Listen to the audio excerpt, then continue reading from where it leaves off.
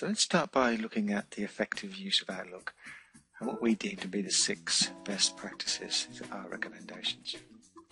The first one we're going to look at is clearing your inbox at the end of each day. Now, if you can imagine your inbox in Outlook being like an electronic desk, so you have your normal workspace, your normal desk, and most people would agree with the principle of a clean desk policy.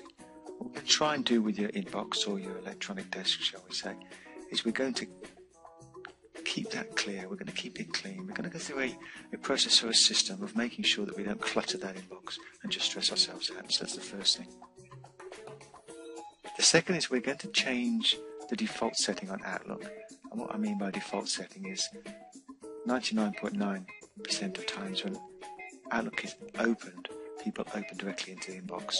And we want to move away from that. We actually want to move to when the Outlook opens, you've got your calendar screen on your left hand side and you've got your to-do list on the right hand side. So then you're focused on the appointments for the day and the tasks for the day, and you're not controlled by the inbox. We're going to try and move it away from being controlled by the inbox. So that is about Outlook opening and how it opens. The third one, when you open an email, you action it straight away. Now this is like a one-touch process, shall we say, which means that when you open an email, you make a decision on what you're going to do with it. We'll talk about a system or process by which you can then action that particular email and you can move it on. Move away from the process of opening an email, reading it and deciding, yes, I need to do something about that, going away, coming back later, opening it again and thinking, yeah, I definitely got to do something about that, and maybe even turn it back into unread so you don't miss it, and then potentially going away again, coming back and reading it a third time. With a high volume of emails, we need to have that system or process whereby, and behaviour, whereby we open it, action it and move it. We touch it once. Number 4 is a little bit more functionality. This is about the functionality within Outlook to be able to convert an email directly into a task. That's a drag and drop process. I will explain how to do that and the value of that, both converting emails directly into tasks or to-dos and converting emails directly into calendar appointments. Email folder names the same as category names.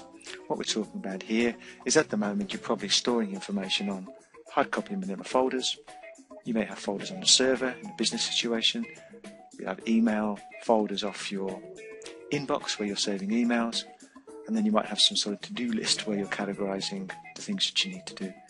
We need to come up with a uniform system, a naming convention, shall we say, of how we are storing pieces of information. So when we want to retrieve it, we know exactly where it is, and we can retrieve it quickly and easily.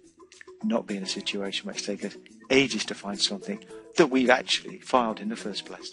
It's very frustrating and very time consuming. And the last one we've got there is management of large attachments. Some of these attachments can be, we get sent through via email, could be 1 meg, 3 meg, 5 meg, or even larger. That does take up a lot of storage if we're not managing them correctly. So we need to look at how we're managing those. So those are our 6 best practices.